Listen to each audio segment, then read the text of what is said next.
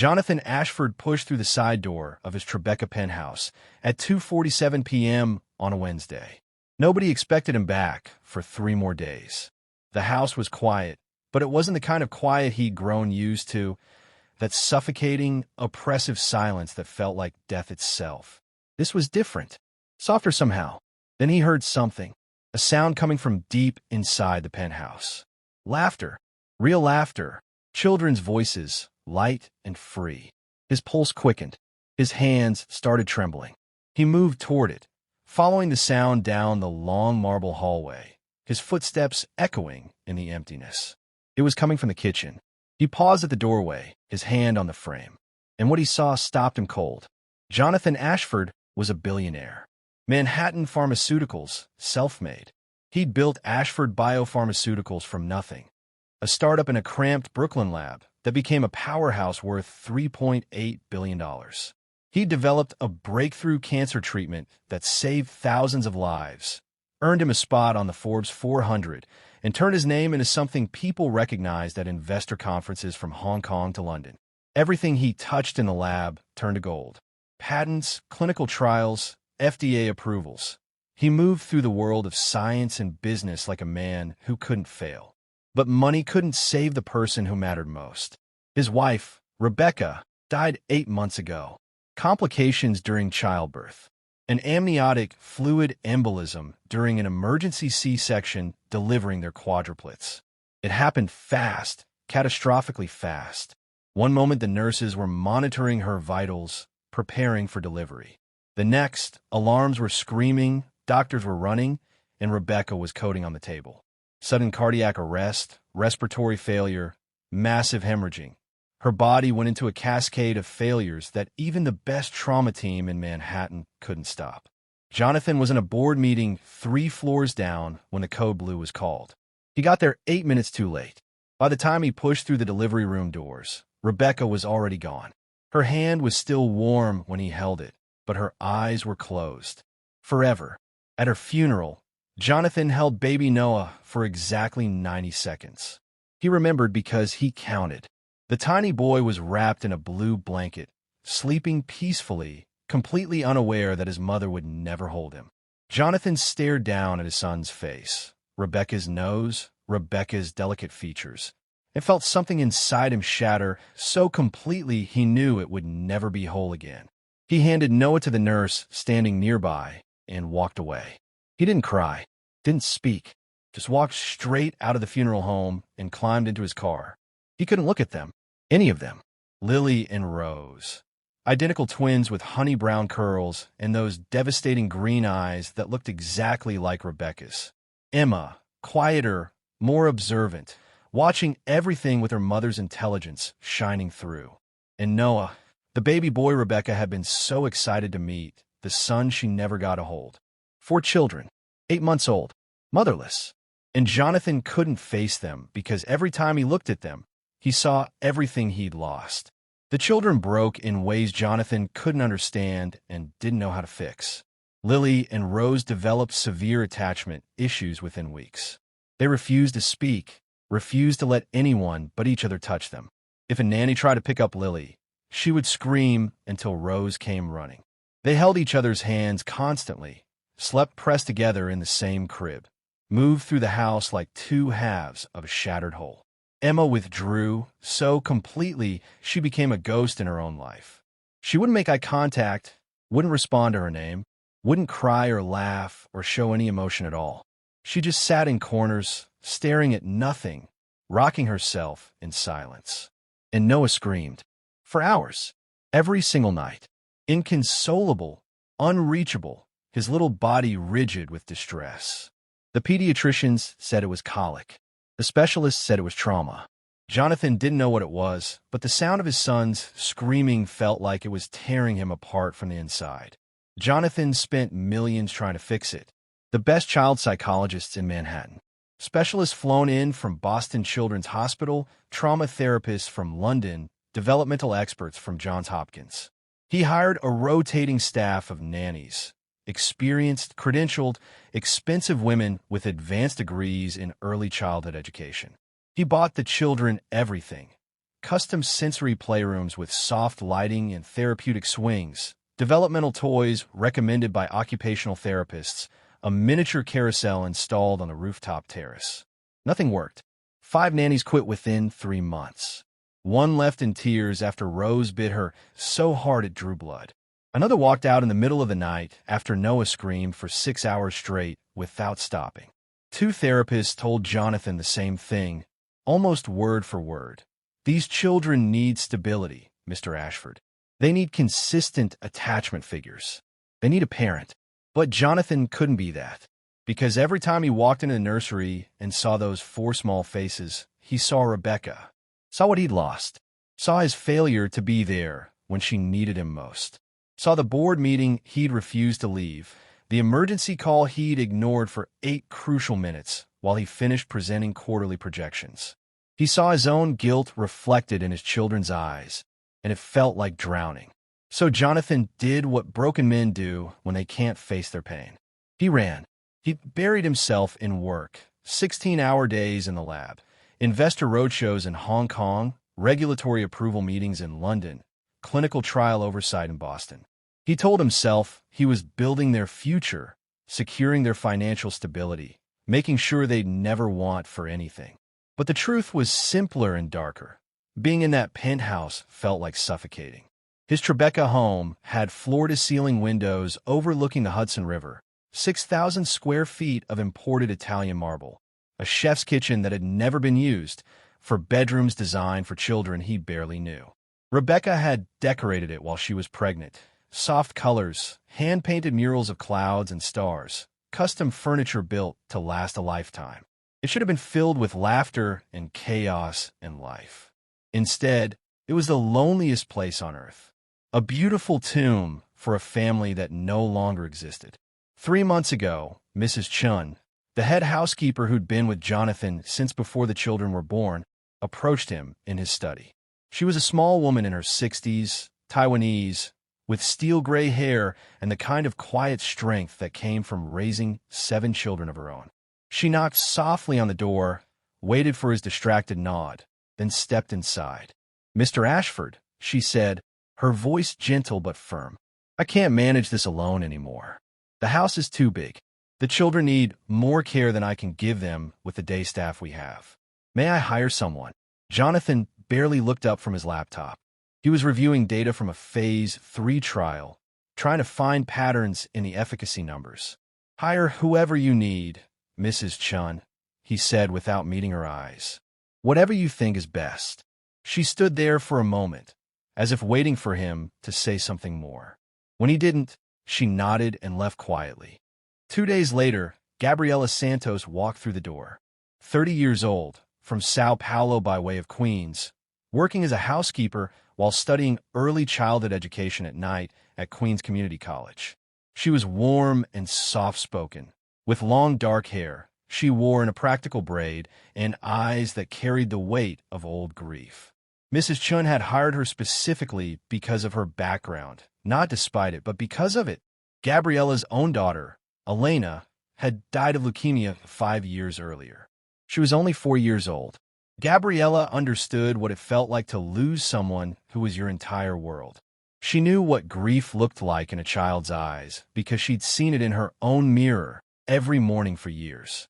She knew what it meant to keep breathing, keep moving, keep living when your heart was shattered into pieces so small you were sure they'd ever fit back together. Jonathan saw Gabriella exactly once in those first weeks. He was leaving for the airport, another trip to London for regulatory meetings, and passed her in the hallway as she carried an armful of cleaning supplies toward the children's wing. She looked up, met his eyes, and smiled. "Good morning, Mr. Ashford," she said in accented English, her voice warm. Jonathan looked right through her, didn't acknowledge her, didn't nod, just kept walking like she was invisible. But the children noticed. Emma, who hadn't made eye contact with anyone in months, watched from the doorway of her room as Gabriella passed.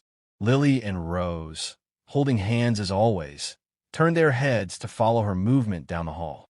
And Noah, in his crib, stopped crying for just a moment when he heard her humming softly to herself. "Now, 8 months after Rebecca's death and 10 weeks after Gabriella's arrival, Jonathan stood frozen in the present moment at his kitchen doorway. His hands gripped the frame. His breath came short and shallow. The laughter continued. Real, genuine, joyful laughter that he hadn't heard in this house since the day Rebecca died. His mind couldn't process what his ears were telling him. It's impossible, but the sounds were real. He could hear Lily's high, bright voice, Rose's giggle, Emma saying something in Portuguese he didn't understand. And underneath it all, a woman's voice, warm, melodic, singing something soft and sweet. Jonathan's heart pounded so hard it hurt. His hands trembled against the doorframe. Part of him wanted to walk away, to turn around and pretend he hadn't heard anything, to go back to his study and bury himself in work where things made sense. But he couldn't move, because this laughter, these voices, this impossible miracle was everything he'd spent 8 months praying for and running from in equal measure. He took a breath, pushed the door open, and saw something that stopped his entire world. But before I show you what Jonathan saw in that kitchen, before I reveal the miracle happening behind his back, I need you to do something.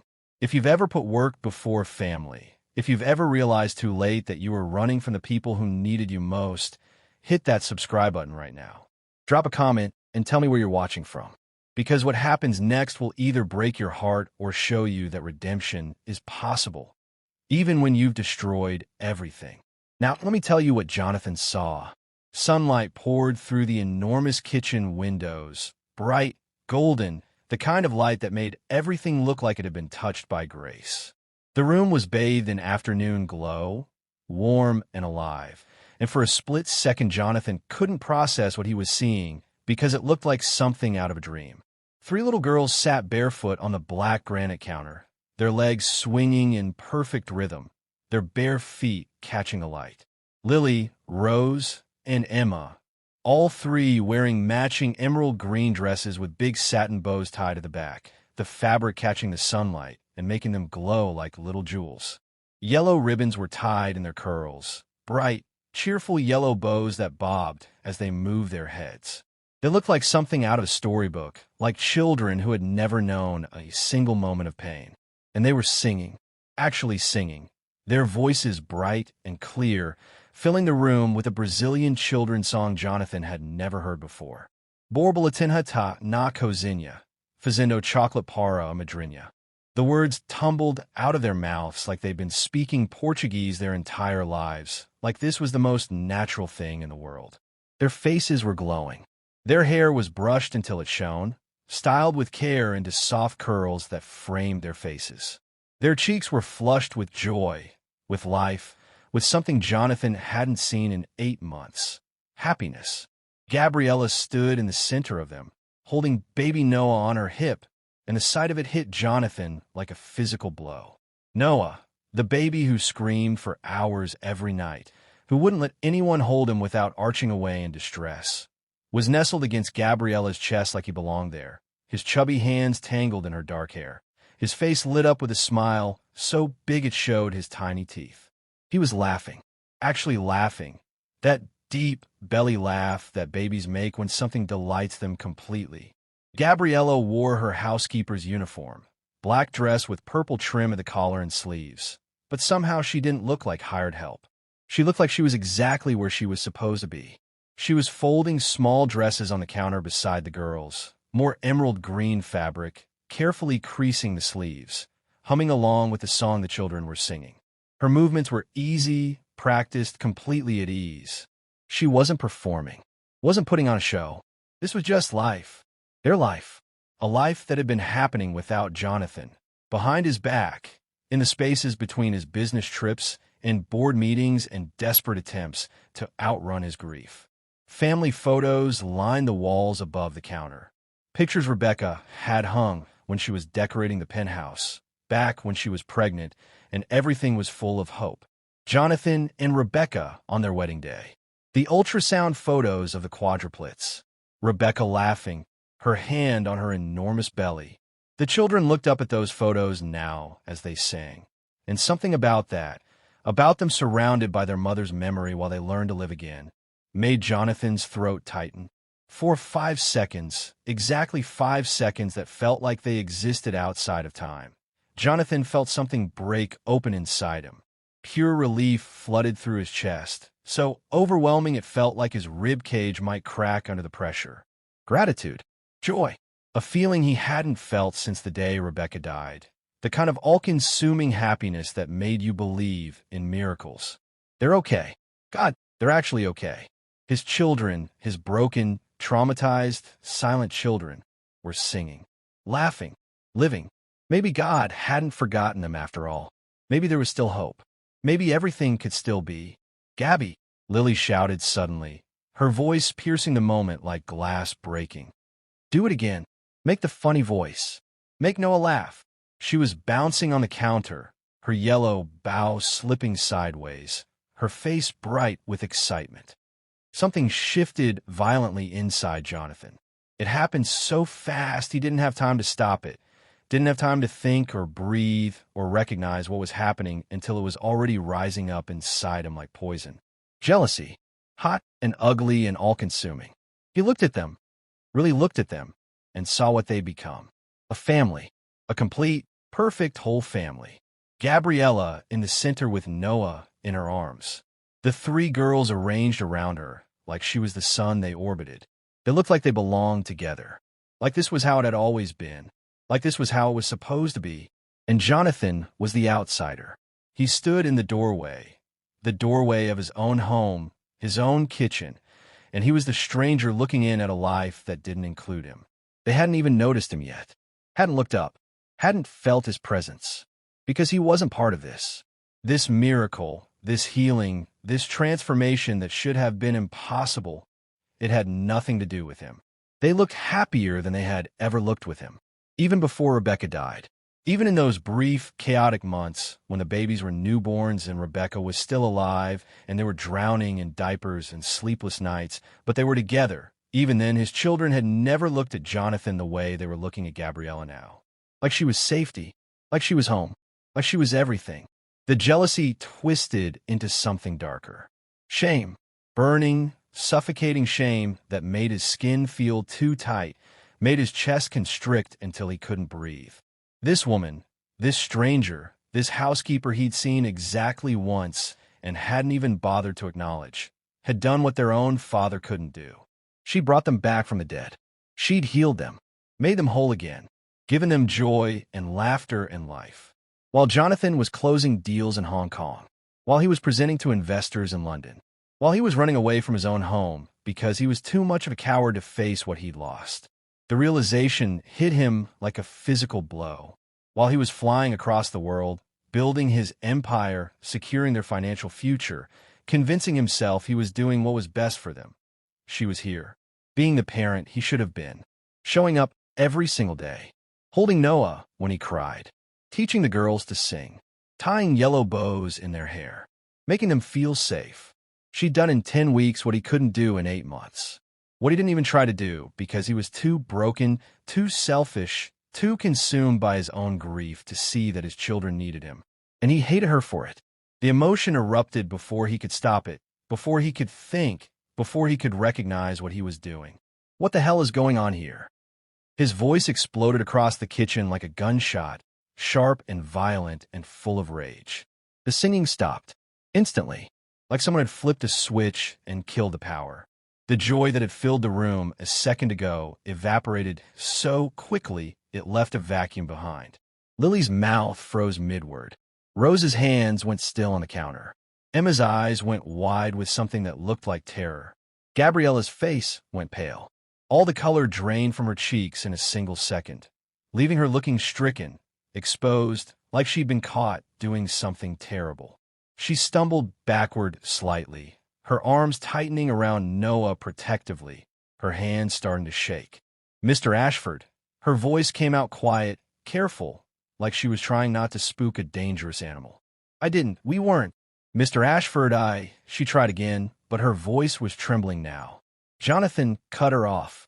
The rage was pouring out of him now, unstoppable, and somewhere in the back of his mind he knew this was wrong, knew he was destroying something precious, but he couldn't stop. Why are my children on the counter?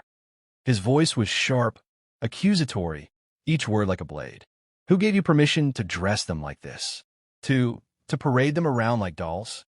Gabriella carefully, so carefully, her hands shaking the entire time, lifted Noah off her hip and set him in his high chair. The baby immediately started to whimper, his little face crumpling in confusion. She backed away from the counter, her head lowering, her entire posture shrinking. They wanted to. You were hired to clean and cook. Jonathan's voice cracked with fury. Not to play house with my children. Not to dress them up and turn my kitchen into some kind of... He gestured wildly at the scene before him, at the matching dresses and yellow bows and the folded laundry and the sunlight that suddenly felt like mockery. Some kind of daycare circus. The girls' faces crumbled. Jonathan watched it happen in slow motion, watched the light drain from their eyes, watched their smiles disappear, watched fear replace joy in the span of a single heartbeat. Rose's hands flew to her yellow bow, gripping it like it could protect her. Emma's legs stopped swinging and hung motionless, her body going rigid. And Lily, Lily, her eyes filled with tears that spilled over immediately, streaming down her flushed cheeks in silent rivers. She didn't make a sound. None of them did. They just stared at their father with wide, terrified eyes, and Jonathan saw his own reflection in their fear. Saw what he'd become, saw what he was doing to them. But the rage had him now, and he couldn't stop. Noah began to scream. Mr. Ashford, the children needed. Gabriella's voice was calm, controlled, but Jonathan could see her hands shaking at her sides. She was trying to explain, trying to make him understand, but the words came out quiet and careful, like she was talking to someone on the edge of a cliff. No. Jonathan's voice cut through the air like a blade. No. You don't get to tell me what my children need. He stepped further into the kitchen, his body rigid with anger, his hands clenched into fists at his sides. You're overstepping boundaries. You're acting like their mother when you're just... He paused, and the word hung in the air between them like poison. When you're just the help. Gabriella's face crumbled.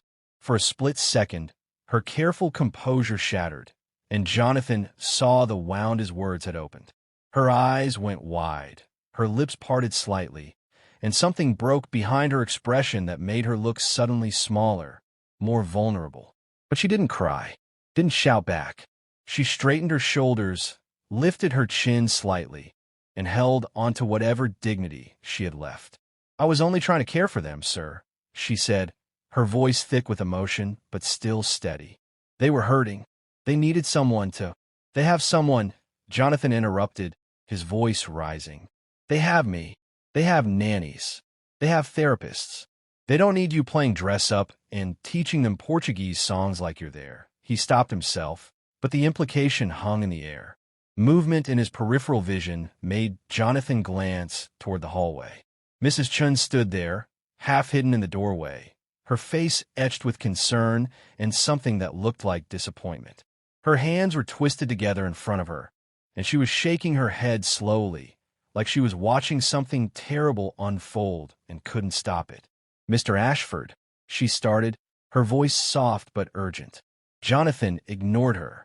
The rage was unstoppable now, a living thing inside his chest that had taken control of his mouth, his thoughts, his actions. He could feel it burning through his veins, hot and consuming, and somewhere in the back of his mind he knew this was wrong, knew he was destroying something precious, but he couldn't stop. You're fired, he said, the words coming out flat and final. Pack your things and leave. Now. The kitchen went absolutely silent. Even Noah stopped crying for a moment, his little body going still in the high chair like he sensed the enormity of what had just happened. The three girls on the counter remained frozen, their faces pale, their eyes wide and uncomprehending.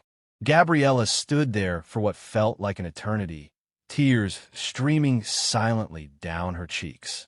They fell in steady rivulets, catching the sunlight that still poured through the windows, but she didn't wipe them away, didn't raise her hands to her face, just stood there, absorbing the blow, letting it sink in.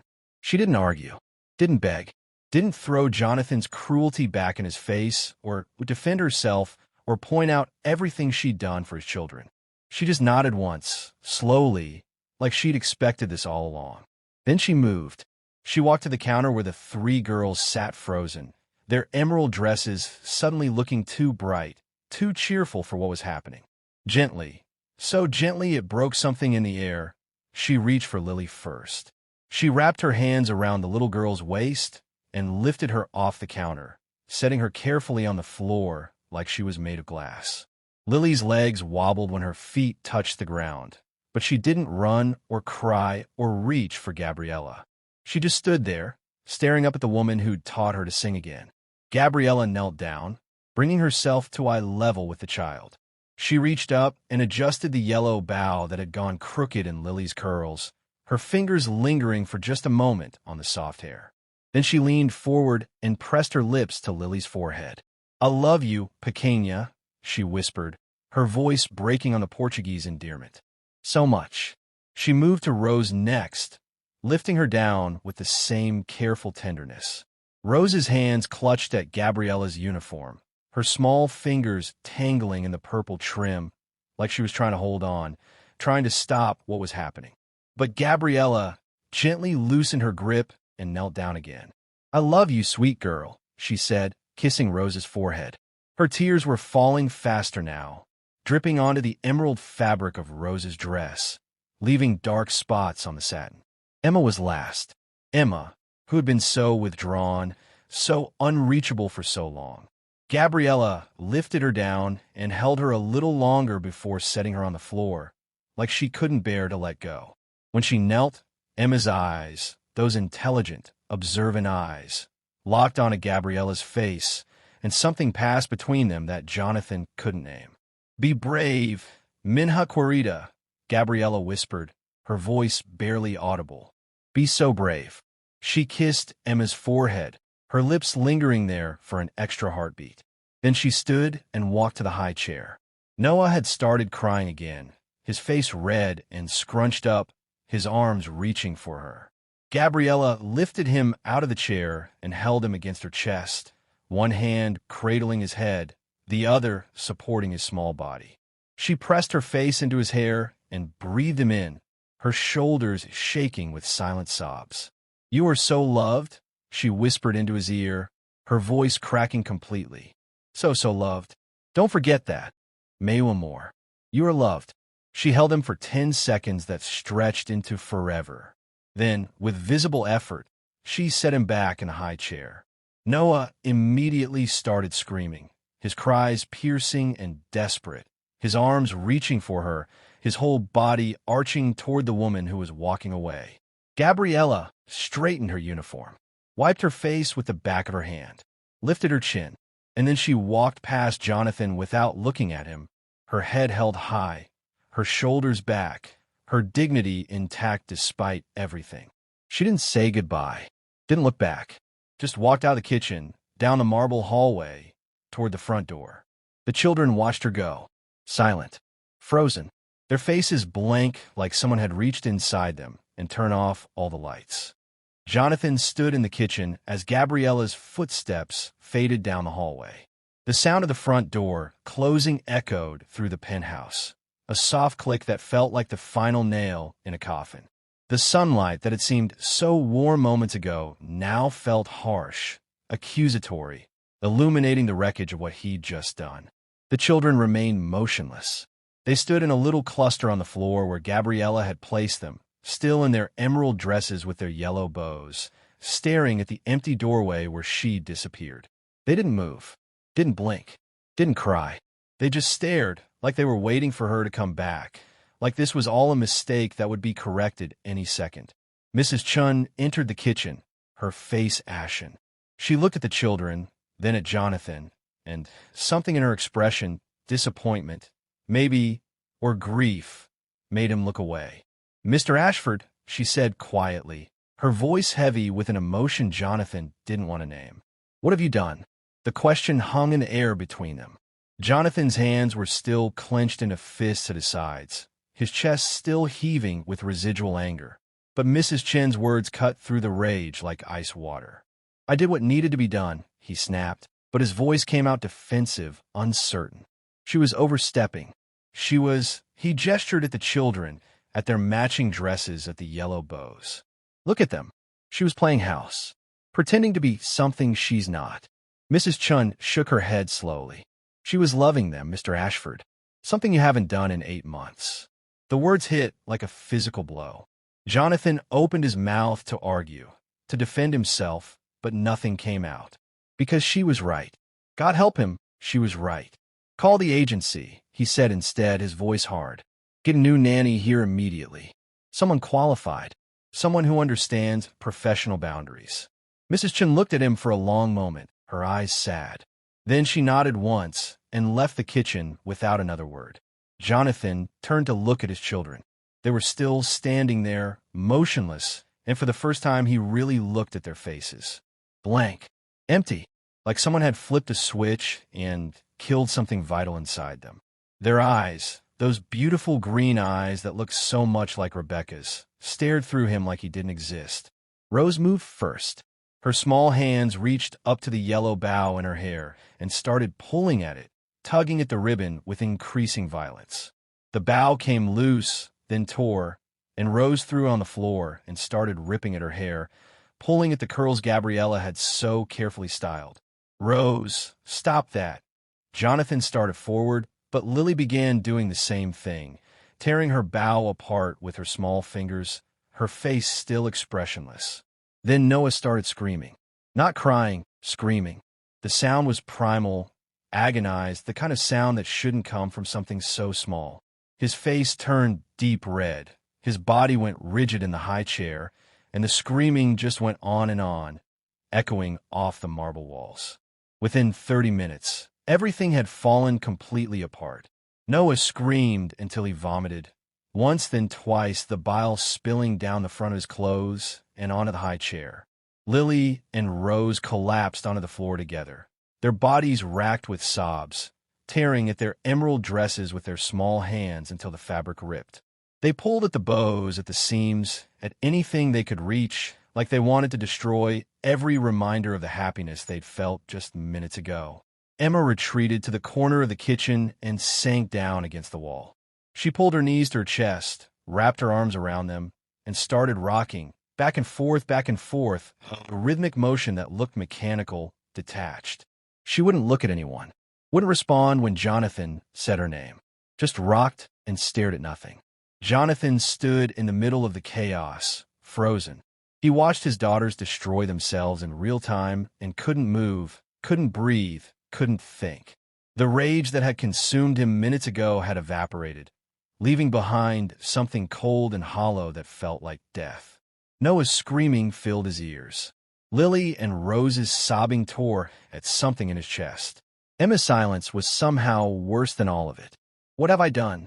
Jonathan whispered, the words barely audible over the noise. His legs felt weak. His hands started shaking. He looked around the kitchen, at the sunlight that now felt like mockery, at the family photos on the wall that Rebecca had hung with so much hope, at the matching dresses and yellow bows scattered across the floor like casualties. "What have I done?" he said again, louder this time. But there was no answer. Just screaming, just sobbing, just the terrible sound of his children breaking all over again. And this time, he had no one to blame but himself. The emergency nanny arrived within 3 hours. Mrs. Chun had called the most prestigious agency in Manhattan, requesting someone immediately. Experience required, credentials essential, no questions asked. The woman who walked through the door at 6:15 p.m. was exactly what they'd asked for. Margaret Sullivan, 52 years old, 20 years of experience with traumatized children, references from 3 Upper East Side families, a degree in early childhood development from Columbia. She wore a crisp navy uniform and carried a leather bag filled with therapeutic tools, sensory toys, calming techniques, developmental assessments. She lasted 4 hours. The children were unreachable. That was the only word for it. Unreachable, like they'd retreated to some place so deep inside themselves that no amount of expertise or experience could pull them back. Margaret tried everything in her considerable arsenal. She spoke in a calm, modulated voice designed to soothe anxious children. She offered sensory play with soft fabrics and gentle music. She attempted to establish routines, create safety, build trust. Nothing worked. Noah screamed for 6 consecutive hours. Not crying, screaming. The sound was primal, endless, a sustained note of pure anguish that echoed through the penthouse until it felt like the walls themselves were vibrating with it. He wouldn't take a bottle, wouldn't be held, wouldn't be consoled. When Margaret tried to pick him up, he arched his back so violently she was afraid he'd hurt himself. When she tried to sing to him, he screamed louder. His face was deep red, his little body rigid with distress, and nothing could reach him. Lily and Rose had crawled under their beds and refused to come out. Margaret knelt on the floor and tried to coax them gently, but all she could hear was their sobbing, wet, desperate sobs punctuated by the same word over and over. Gabby, Gabby, Gabby. They held each other under there in the darkness, their small bodies pressed together, and when Margaret reached for them, they recoiled like she was trying to hurt them. Emma was perhaps the most disturbing. She'd pulled out clumps of her own hair, actual clumps that lay scattered on the floor of her room like evidence of violence. She sat in the corner, rocking back and forth with mechanical precision, her arms wrapped around her knees, her eyes fixed on nothing. Her fingers were tangled in what remained of her hair, pulling absently, and when Margaret tried to stop her, Emma didn't even seem to register her presence. She just kept rocking, kept pulling, kept staring at nothing. By 10 p.m., Margaret called the agency. Jonathan heard her voice through the nursery door, tight with something that sounded like fear. "I can't do this," she said quietly. "These children don't need a nanny. They need psychiatric help. Immediate intervention. This is beyond my scope of practice." She packed her bag, gave Mrs. Chun a sympathetic look that said "I'm sorry," and left. Jonathan paced his study, trying to work. He'd opened his laptop, pulled up the Phase 3 trial data he'd been reviewing before Hong Kong, tried to focus on efficacy rates and adverse events and statistical significance. But he could hear the screaming through the closed door. Noah's endless, agonized wailing. The twins sobbing. The terrible silence from Emma's room that was somehow worse than noise. He stared at the numbers on his screen until they blurred together, meaningless. At 11:30 p.m., he picked up his phone and called his assistant. "Cancel tomorrow's meetings," he said, his voice rough. "All of them. The board presentation. The investor calls. Everything." "Sir? Are you?" "I'm staying home," Jonathan interrupted. "Cancel everything for the rest of the week. I'll let you know when I'm coming back." He hung up before she could respond. Day 2 was worse. Noah had screamed so much through the night that by morning he could barely make sound anymore. Just hoarse gasps that scraped out of his throat like he'd shredded his vocal cords. His face was blotchy and swollen, his eyes red-rimmed, his little body trembling with exhaustion. But he wouldn't stop, couldn't stop.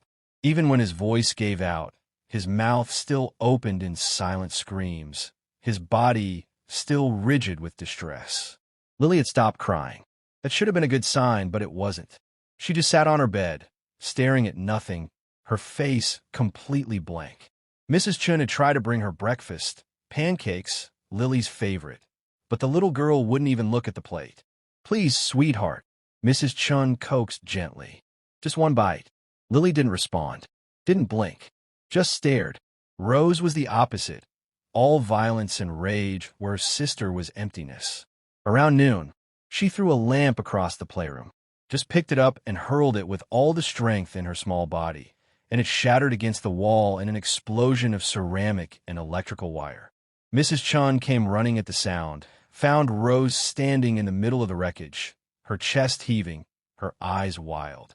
"I want Gabby," she screamed, the first word she'd spoken since yesterday. "I want Gabby. I want Gabby. I want Gabby." Then she collapsed on the floor, sobbing so hard she couldn't breathe. Emma had regressed completely. She wouldn't use the bathroom. Mrs. Chun discovered her sitting in wet clothes, unmoving, apparently unaware or uncaring of her own discomfort. She wouldn't make eye contact, wouldn't respond to her name. She'd shut down so completely it was like she wasn't even there anymore, just a body going through the motions of existence without any consciousness behind it. Jonathan tried. God, he tried. He went to the nursery and lifted Noah out of his crib, try to hold him the way he'd seen Gabriella hold him. But the baby arched away from him immediately, his back bending at an impossible angle, his hoarse screams returning with renewed desperation. Jonathan's arms shook as he tried to hold on, tried to soothe him, but Noah fought like Jonathan was trying to hurt him. After 5 minutes, Jonathan had to put him back in the crib before he dropped him. He tried with the girls next. Went to their room where they sat on opposite beds. Lily staring at nothing. Rose curled in a ball with her face hidden. "Please," Jonathan said, his voice cracking. "Please, just eat something. Just look at me. But they wouldn't." Lily's eyes slid past him like he was invisible. Rose turned her back, her small shoulders shaking with silent sobs. "I'm your father," Jonathan whispered, but the words felt empty. They turned away from him. Both of them literally turned their backs, and something in that gesture broke him more than the screaming had. Mrs. Chun found him standing in the hallway an hour later, staring at nothing. She brought him coffee, black, the way he liked it, and her face was etched with something that looked like pity mixed with disappointment. "You should bring her back, Mr. Ashford," she said quietly. Jonathan's pride flared immediately. "We'll get through this," he said, but his voice sounded hollow even to his own ears. "Children are resilient. They'll adjust. They just need time. Time." Mrs. Chin's voice was sharper than he'd ever heard it. "Mr. Ashford, look at them. Really look at them. This is an adjustment. This is trauma." "I said we'll get through this," Jonathan repeated, but he didn't believe it. Couldn't believe it. Because he could hear Noah's hoarse gasping from down the hall, could hear Rose's renewed sobbing, could feel the terrible weight of his own failure pressing down on him until he could barely breathe. On the 4th morning, Jonathan went to check on the girls before dawn. He couldn't sleep anyway, hadn't really slept in 3 days, and something drew him to their room. Lily was curled on her side, finally asleep, her face blotchy and tear-stained even in rest. Her pillow had shifted, and something caught Jonathan's eye. A piece of paper, folded carefully and tucked underneath. Jonathan's hands trembled as he pulled it out, unfolded it slowly, and felt his entire world collapse. It was a crayon drawing. 4 stick figures holding hands, 3 girls with triangular dresses, and 1 smaller figure that had to be Noah. Their arms were linked together in a chain, and above them were hearts. So many hearts, drawn in every color. Yellow bows on the girls' heads, carefully colored in. And standing beside them, taller, protective, was another figure labeled in shaky letters. "Gabby equals home." Below the drawing, in handwriting that looked like it had been written with immense concentration and effort, were 2 words, "Come back." Jonathan's legs gave out. He sank to the floor beside Lily's bed, the drawing clutched in his hands, and something inside him finally, completely broke. He'd been holding it together for 8 months, since Rebecca died, since the funeral, since he handed Noah to that nurse and walked away. He'd been running, working, avoiding, controlling, doing everything except feeling. But now, looking at this drawing that his daughter had made in desperate hope, all of it came crashing down. He started to sob. For the first time since Rebecca's funeral, the first real, uncontrolled crying he'd allowed himself. Jonathan let it all out. His shoulders shook. His breath came in gasps. Tears poured down his face and onto the drawing, blurring the crayon hearts. He cried for Rebecca, for the 8 months his children had suffered while he ran away, for the miracle Gabriella had created and he'd destroyed, for everything he'd lost and everything he'd thrown away. "I've destroyed everything," he whispered into the darkness. Again, the realization settled over him like ice water. He'd been running from grief for 8 months, and his children had paid the price. While he was closing deals and flying around the world, convincing himself he was securing their future, they were drowning in trauma he'd caused by his absence. Rebecca's death had shattered them, but his abandonment had made it worse. And then Gabriella came. Gabriella, who'd lost her own daughter and understood grief, who showed up every day with patience and love, who gave them what he couldn't: presence, safety, home. And he'd fired her, out of jealousy, out of shame, out of rage at his own inadequacy. Jonathan looked at the drawing again. At the 4 children holding hands with Gabby equals home written above them. At the yellow bows and hearts and desperate plea. Come back. He had to make this right. Whatever it took. Whatever he had to sacrifice, his pride, his control, his carefully constructed walls. He had to make this right. Because if he didn't, if he let his children continue to suffer because he was too stubborn or too broken to admit his mistake, he would lose them. Not physically, but in every way that mattered. Jonathan pressed the drawing to his chest and let himself break completely. Let himself feel every ounce of grief and guilt and desperate love he'd been running from. And in that darkness, on the floor of his daughter's room, he finally understood what he had to do. He had to bring Gabriella back. Not for him, for them. For the 4 children who'd drawn this picture in crayon and tucked it under a pillow like a prayer. He just hoped it wasn't too late. Jonathan got the address from Mrs. Chen's files, a piece of paper she'd reluctantly handed him that morning with an expression that said she thought this was a terrible idea. 847 Wyckoff Avenue, apartment 3C, Bushwick. He'd never been to this part of Brooklyn before. Never had reason to venture into neighborhoods where the buildings were 5 stories of weathered brick with fire escapes zigzagging down their faces like scars. This was working-class Brooklyn, the kind of place where generations of immigrant families had come seeking factory jobs and affordable rents, where the streets still smelled like the Polish bakeries and Latin bodegas that had survived decades of change. Jonathan's Mercedes felt obscene parked on this street. The black luxury sedan with its leather interior and chrome trim stood out like a slap in the face among the used Hondas and beat-up work vans. He locked it and immediately felt guilty, like the very act of securing his expensive car was an insult to the people who lived here. Children played on the sidewalk. Real children, unsupervised, drawing chalk pictures and riding scooters, and they stopped to stare at him as he passed. His suit probably cost more than some of these families made in a month. The building had no doorman, no marble lobby, no elevator. Just a buzzer system with half the names worn off and stairs that creaked under his feet. Jonathan climbed 3 flights, his expensive shoes echoing in the narrow stairwell, and found himself standing in front of a door marked 3C. Paint was peeling at the edges. He could hear voices inside, Spanish, rapid and musical, and the smell of cooking food drifted through the cracks. He knocked. The door opened immediately, like someone had been watching through the peephole. A young woman stood there, early 20s, dark hair pulled back in a ponytail, wearing scrubs like she'd just come from a shift at a hospital. Her eyes went wide when she saw him, then immediately narrowed with recognition.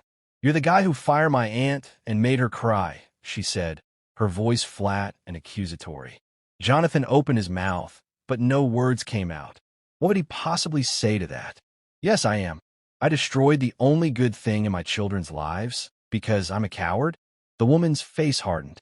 She crossed her arms over her chest, physically blocking the doorway. "She doesn't want to see you. Please," Jonathan managed, his voice coming out rough. "Just 5 minutes. My children." "Your children?" The woman's laugh was sharp and bitter. "Your children aren't her problem anymore. You made that clear." She started to close the door. Jonathan put his hand against it, not pushing, just stopping it from closing completely. "Please.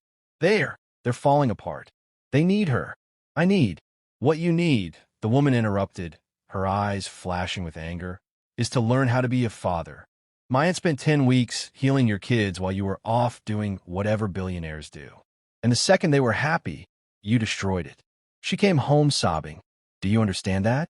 She was crying so hard she couldn't breathe. Jonathan felt the words like physical blows.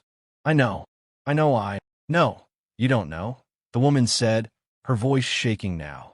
"You don't know what it cost her to love your children. She lost her daughter 5 years ago. Elena. She was 4 years old. And loving your kids, it brought all that pain back. But she did it anyway because they needed someone. And you fired her for it." The door closed in his face. Jonathan heard the lock click, heard footsteps retreating inside, and stood there in the dim hallway feeling like he'd just been gutted. He pressed the buzzer. Once, twice, 10 times. His fingers stayed on it until the sound, must have been unbearable inside the apartment. He didn't care. He would stand here all day if he had to. Finally, the intercom crackled to life. "Mr. Ashford, please leave." Gabriella's voice. Tired, distant, but unmistakably hers. "Gabriella," Jonathan said, leaning close to the speaker. "Gabriella, I need to apologize. I was wrong. So wrong. The children." "I know about the children, Mr. Ashford," Gabriella interrupted, her voice steady but carrying an undertone of hurt that made Jonathan's chest ache. "Mrs. Chen called me. She told me everything." Jonathan's heart sank. If she knew, if she'd heard about the screaming and the drawings and the complete collapse, and she still wouldn't see him. "Then you know they need you," he said desperately. "Please, I'm begging you. Come back. I'll apologize properly. I'll make it right. Just please." "Your children don't need me, Mr. Ashford," Gabriella said, and her voice was firm now, stronger. "They need their father.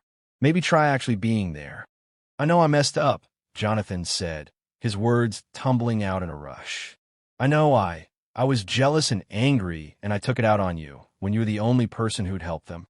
But I can fix this. I'll pay you double, triple, whatever you want. Name your price." "Stop." Gabriella's voice cut through the intercom like a blade. "Just stop, Mr. Ashford." Silence stretched between them, mediated by crackling static. "This was never about money," Gabriella continued, her voice harder now. "And that's the problem. You think everything can be bought. You think you can throw money at pain and make it disappear. But it doesn't work that way." "That's not, I didn't mean," Jonathan started, but his words sounded hollow even to him. "You humiliated me," Gabriella said, and now he could hear the hurt underneath the strength. "In front of 4 children who trusted me, who loved me. You taught them that when someone loves them and makes them happy, they get punished for it. Do you understand what you did? You showed them that love isn't safe." Jonathan's legs felt weak. He pressed his forehead against the wall beside the intercom, his free hand clenched into a fist. "I can't come back to that," Gabriella finished. "I won't put myself in a position where caring about your children means getting destroyed." Silence. "What can I do?" Jonathan's voice broke completely. "Tell me what I can do. I'll do anything. Change anything. Just please. They're dying without you." He heard her breath catch on the other end. Heard what might have been a sob she was trying to suppress. "Figure out why you ran from them in the first place," Gabriella said quietly.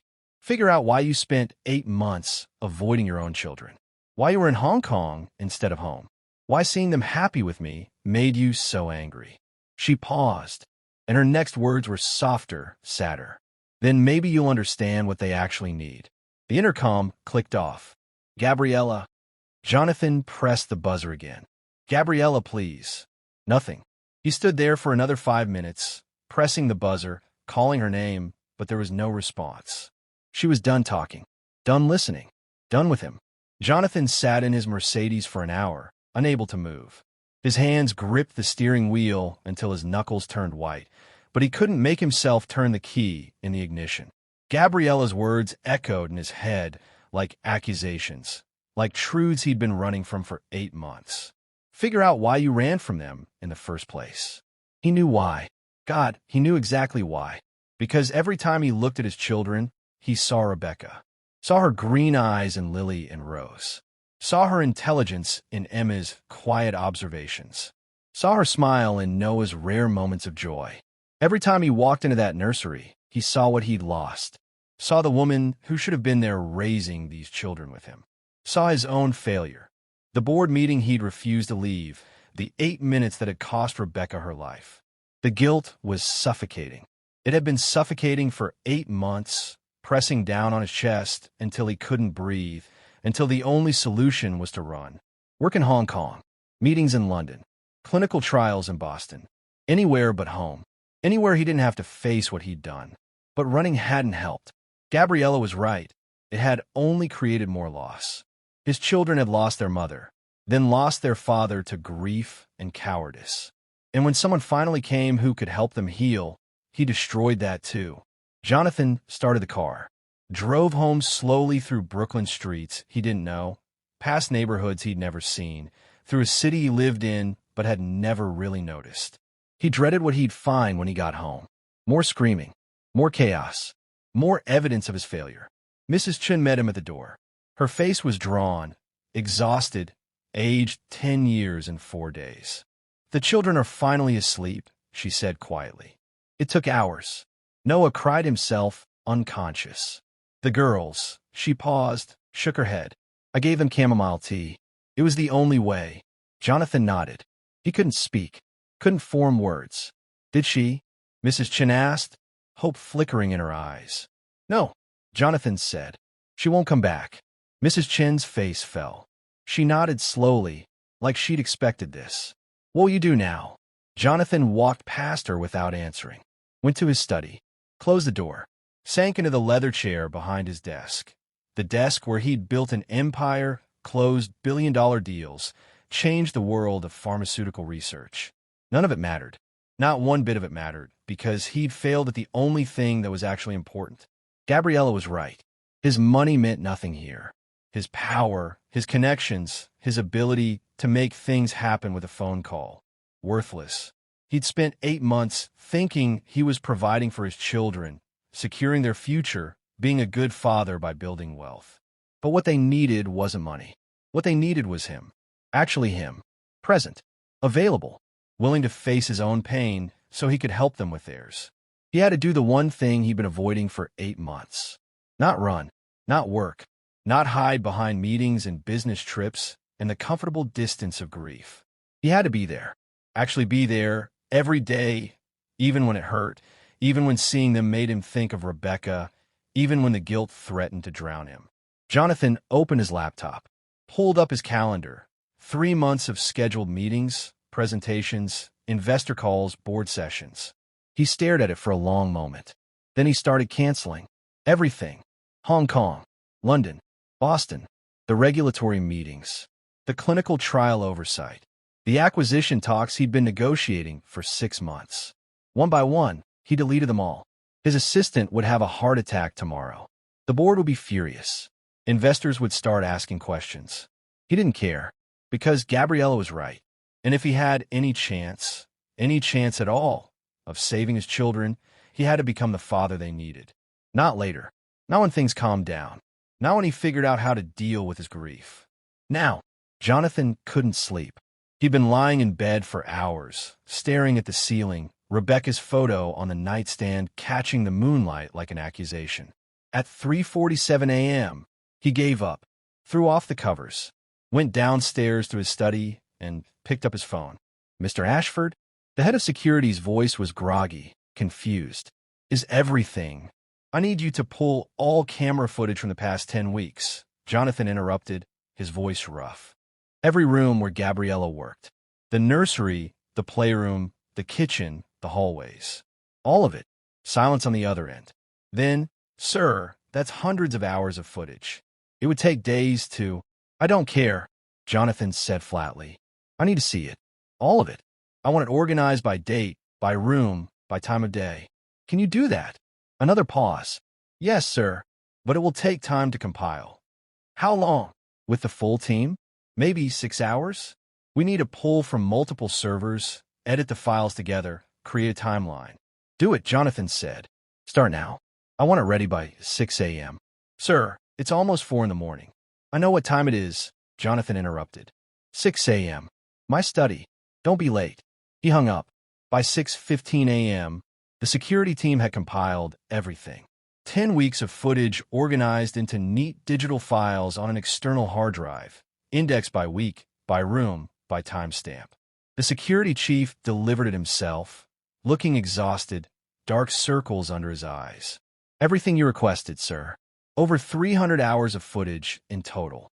Jonathan took the hard drive without comment, locked himself in his study, plugged the drive into his computer, and opened the first file. Week 1, Day 1, 8:23 a.m. The footage opened on the nursery. Gabriella entered the frame, carrying fresh linens, her movements quiet, professional. The children were scattered around the room. Noah screaming in his crib, Lily and Rose pressed together in the corner, holding hands, Emma sitting by herself near the window, staring at nothing. They didn't acknowledge Gabriella when she came in. Didn't even look at her. She didn't force anything. Didn't try to pick them up or talk to them or engage them. She just started working, changing sheets, folding tiny clothes, organizing toys. And she hummed. Soft, melodic, something Brazilian that Jonathan didn't recognize. Her voice filled the space like warmth. Jonathan fast-forwarded through the week, watching the timestamps blur past. Day 2, Day 3, Day 4.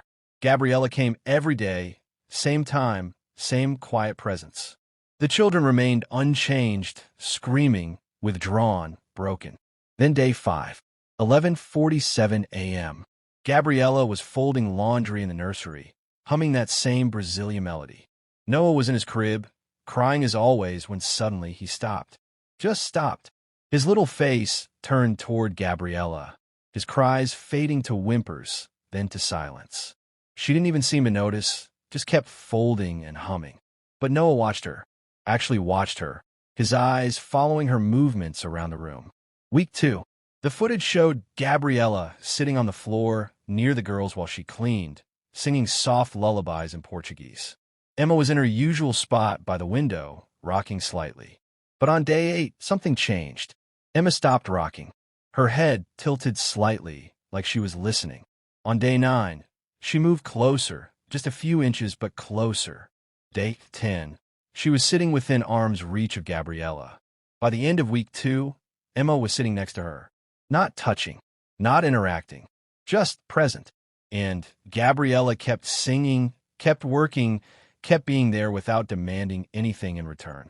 Week 3 was when everything accelerated. Jonathan watched Gabriella teach Lily and Rose to braid each other's hair. It started with her sitting between them, her hands moving slowly, patiently, showing them the pattern. Over and over, Lily fumbled with Rose's hair, her small fingers clumsy. Rose tried on Lily's, pulled too hard, made her sister wince. But Gabriella just smiled, corrected gently, tried again. And then, Day 20, they got it. Lily successfully braided Rose's hair. And when she finished, both girls looked at each other and giggled. Actually giggled. The sound was thin, uncertain, like they'd forgotten how. But it was there. Real laughter from children who hadn't made that sound in 8 months. Jonathan felt his throat tighten. Weeks 4 through 6 showed Noah's transformation. The footage timestamped 2:17 a.m., 2:43 a.m., 3:05 a.m., 4:21 a.m. Gabriella in the nursery in the middle of the night, rocking Noah while he screamed. Night after night after night. The nannies had given up by midnight, retreating to their rooms, leaving Noah to cry himself to exhaustion. But Gabriella didn't give up. She rocked him for hours, singing those Brazilian lullabies, her face exhausted but patient. And slowly, incrementally, Noah's screaming sessions got shorter. 4 hours became 3. 3 became 2. By week 6, he was sleeping through the night. Actually sleeping, his small body peaceful in her arms. The girls started following Gabriella around the house. Jonathan watched footage of them trailing behind her as she worked. Lily and Rose holding hands as always, Emma a few steps behind. Gabriella would talk to them while she cleaned, tell them stories, teach them words in Portuguese. And one day, week 5, day 32, Jonathan saw Gabriella stop mid-fold and turn to the girls. "Eute amo," she said, looking at each of them in turn. "I love you." "Can you say that?" "I love you." The girls stared at her. "I love you," Gabriella repeated, smiling. "Come on. I love you." Nothing. But the next day, she said it again. And the next day. And the next. Over and over. "I love you," mixed with Portuguese endearments, repeated 100 times a day. Jonathan watched her say it while folding laundry, while preparing bottles, while tying shoes, while braiding hair. Week 6, day 40. Emma looked up at Gabriella and whispered, "Love you." 2 words, barely audible. Gabriella's face lit up like Emma had given her the world. Weeks 7 through 10 showed the complete transformation. The children eating real meals together at the table, laughing while Gabriella told animated stories.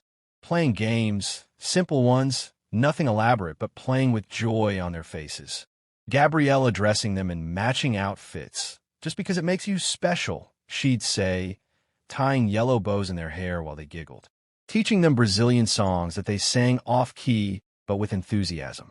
Reading stories where they all crowded onto her lap. Sitting with them when they were sad, just being present without trying to fix anything. Jonathan watched 10 weeks of love unfold on his computer screen. 10 weeks of patience and presence and unconditional care. And then he saw himself. Frame 1. Week 3, day 18, 7:42 p.m. Jonathan walking through the hallway, phone pressed to his ear, talking animatedly about trial data. In a playroom doorway, visible in the corner of the frame, were Lily and Rose. They were waving at him. Both girls, hands raised, trying to get his attention. Jonathan walked right past them without looking. Frame 2. Week 5, day 34, 6:15 a.m. Kitchen. Jonathan getting coffee before leaving for the airport. Emma was at the table with a crayon drawing, standing on her chair, holding it up to show him. Jonathan never looked up from his phone, just grabbed his coffee and left. Emma slowly lowered the drawing, her face falling. Frame 3. Week 7, day 48, 3:27 p.m. Jonathan leaving for London. The children were standing at the top of the stairs, watching him pack his briefcase by the door. Noah in Gabriella's arms. The 3 girls lined up beside her, all of them watching their father leave. Jonathan never looked up, never said goodbye, just walked out. Frame 4. Week 9, day 63, 11:53 p.m.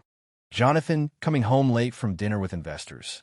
Toys scattered across the entryway floor, blocks and stuffed animals the girls had been playing with. Jonathan stepped over them carefully, checking his email while he walked, not even registering what they were. For frames. In 10 weeks of footage, Jonathan appeared in exactly 4 frames. A ghost in his own home. A father who was physically present but emotionally absent in every way that mattered. Jonathan watched himself and felt something break inside his chest.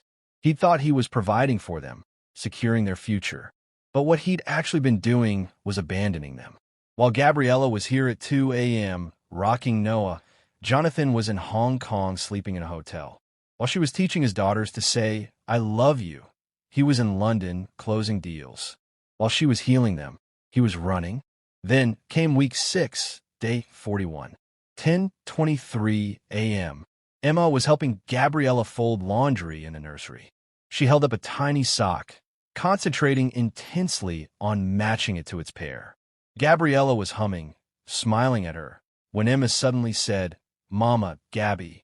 Gabriella's hands stopped moving. Her face went still. "Oh, Querida," she said softly, setting down the clothes and kneeling in front of Emma.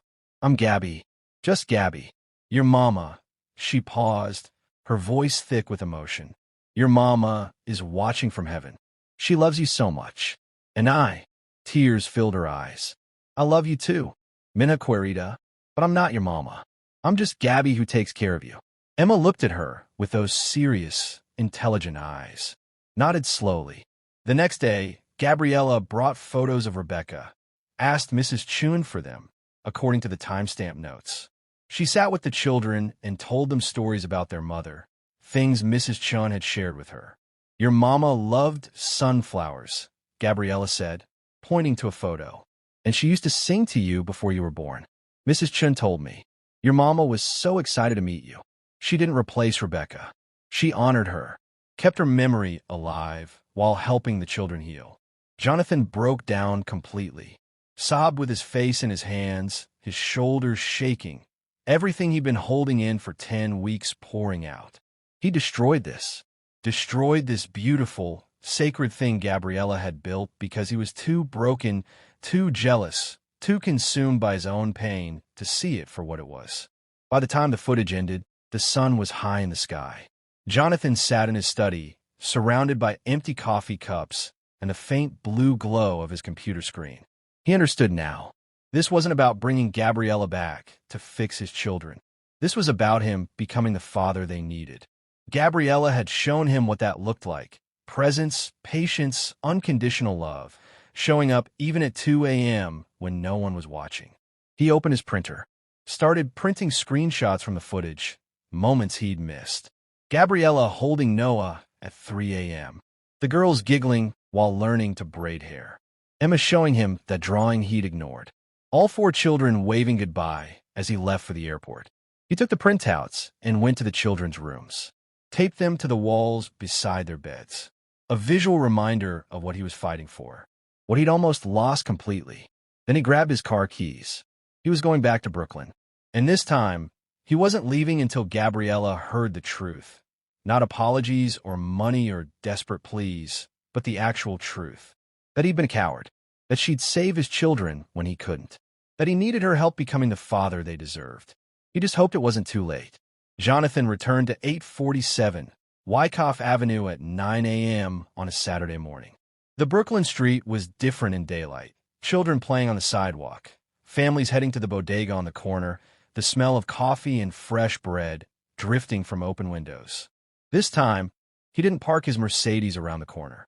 He left it right in front of the building, not caring if it got scratched or stolen or stripped for parts.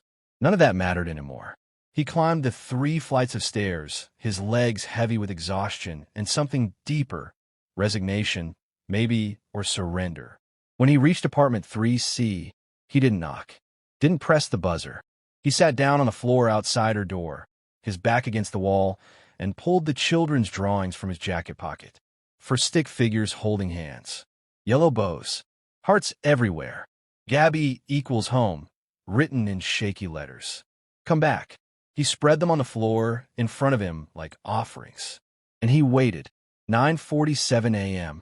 A neighbor passed, an elderly woman with grocery bags, and stopped, staring at him with open curiosity. You okay, young man? She asked in accented English. Yes, ma'am, Jonathan said quietly. Just waiting for someone. She shook her head, muttering something in Spanish, and continued down the hall. Noon. The door to 3C opened slightly, and Gabriella's niece appeared. She looked at him, still sitting there, unmoved, and her eyes widened. You're still here. I'll wait as long as it takes, Jonathan said, his voice hoarse. She stared at him for a long moment, something unreadable flickering across her face. Then she shook her head. You're crazy, she said, but her voice was softer than before. She didn't slam the door, just closed it gently and left him alone. 1:30 p.m. More neighbors passed. Some ignored him. Some whispered to each other, glancing back as they walked away. Jonathan didn't move. 3 p.m. The building superintendent, a stocky man in his 50s, came up the stairs and stopped when he saw Jonathan. Hey, you can't just camp out here. Residents only. I'm waiting for someone, Jonathan said. Yeah, well, you've been waiting for 6 hours. Maybe take a hint. Jonathan looked up at him, and something in his expression must have shown his desperation because the super's face softened. You in some kind of trouble? The worst kind, Jonathan said quietly. The kind I caused myself. The super studied him. You dangerous? Only to myself. Another long look. Then, you got until tonight. After that, I'm calling the cops. He walked away, shaking his head. 6 p.m. The light in the hallway began to fade. Golden afternoon sun gave way to the blue-gray of early evening. Jonathan's legs had gone numb hours ago. His back ached. His throat was dry because he hadn't thought to bring water. He hadn't eaten since yesterday. None of it mattered. He wasn't leaving. Not until she heard him. Not until he'd said everything he needed to say. He picked up the drawings again, smoothing out the creases where they'd been folded. Looked at his children's desperate plea rendered in crayon and hope. 6:47 p.m. The door opened. Gabriella stood in the doorway, and Jonathan's breath caught. Her eyes were red and swollen like she'd been crying. Her hair was loose around her shoulders instead of in its usual braid. She wore jeans and an oversized sweater, looking smaller somehow, more vulnerable than he'd ever seen her. 9 hours, Mr. Ashford? Her voice was quiet, disbelieving. Jonathan stood slowly, his legs protesting, stiff from sitting so long. I'm not leaving until you hear me, he said, and his voice came out rough, raw from lack of water and too much emotion. He held out the drawings, his hands shaking slightly. They made these. They're asking you to come home. Gabriella looked down at the crayon pictures, and tears spilled over immediately, running down her cheeks in silent streams. "That's not fair," she whispered, but there was no anger in it. Just pain. "I know," Jonathan said. "Nothing about this is fair. But please, just listen. That's all I'm asking. Just listen." She didn't close the door, didn't invite him in, just stood there in the doorway, arms crossed over her chest like armor, waiting. Jonathan took a shaky breath. "You gave them what I couldn't," he said, his voice cracking. "Not food or clothes or schedules or expensive therapists or trips to Disneyland. You gave them safety, love, presence. You showed up every single day, at 2 a.m., at 4 a.m., when they were screaming and broken and impossible. And you just loved them. While I ran away because I was too afraid." Afraid of what? Gabriella's voice was soft, not accusatory, genuinely asking. "Afraid to face them and remember Rebecca," Jonathan said, and saying it out loud felt like tearing something open inside his chest. "Afraid of failing them the way I failed her. I wasn't there when she died, Gabriella. I was in a board meeting 3 floors down.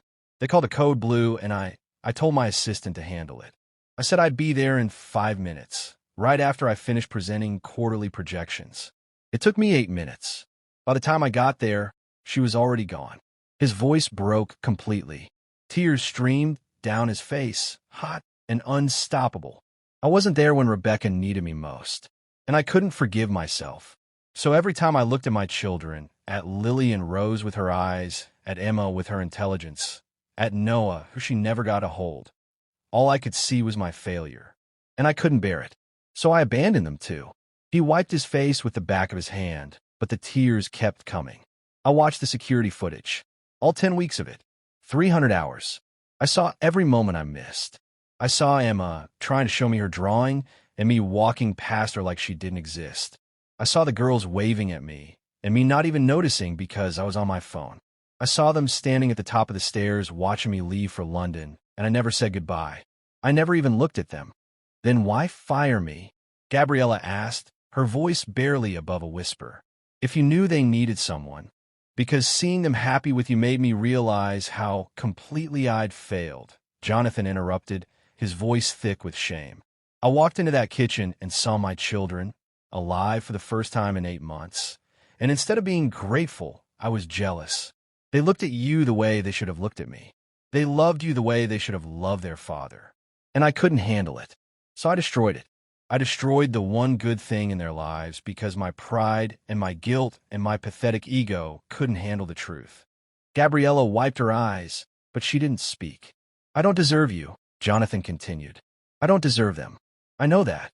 But they need you, Gabriella. Not because I can't do it, though God knows I can't, but because you showed them that love is safe. That showing up matters. That they're worth staying for. And I'm begging you," his voice broke again. "Please come back. I'll step back from the company. I'll cancel every meeting, every trip, every obligation. I'll be there every morning when they wake up and every night when they go to sleep. I'll restructure my entire life. Just please, please, don't let my cowardice destroy them." Silence stretched between them. Gabriella looked at the drawings in his hands, at the desperate crayon hearts and stick figures holding hands. When she spoke, her voice was careful. "What happens when it gets hard? When you look at them and see Rebecca again? When the guilt comes back?" "I face it," Jonathan said immediately. "I face it instead of running. And I learn. From you. You've shown me what it looks like to love them, even when it hurts. To show up even at 2 a.m. when no one's watching. To be patient and present and just there. I need you to teach me how to do that. Not to do it for me, but to teach me." Gabriella studied his face for a long moment. Then she nodded slowly. 2 days, she said. "Give me 2 days to think, to pray, to decide if I can do this." "Thank you," Jonathan whispered. "Thank you."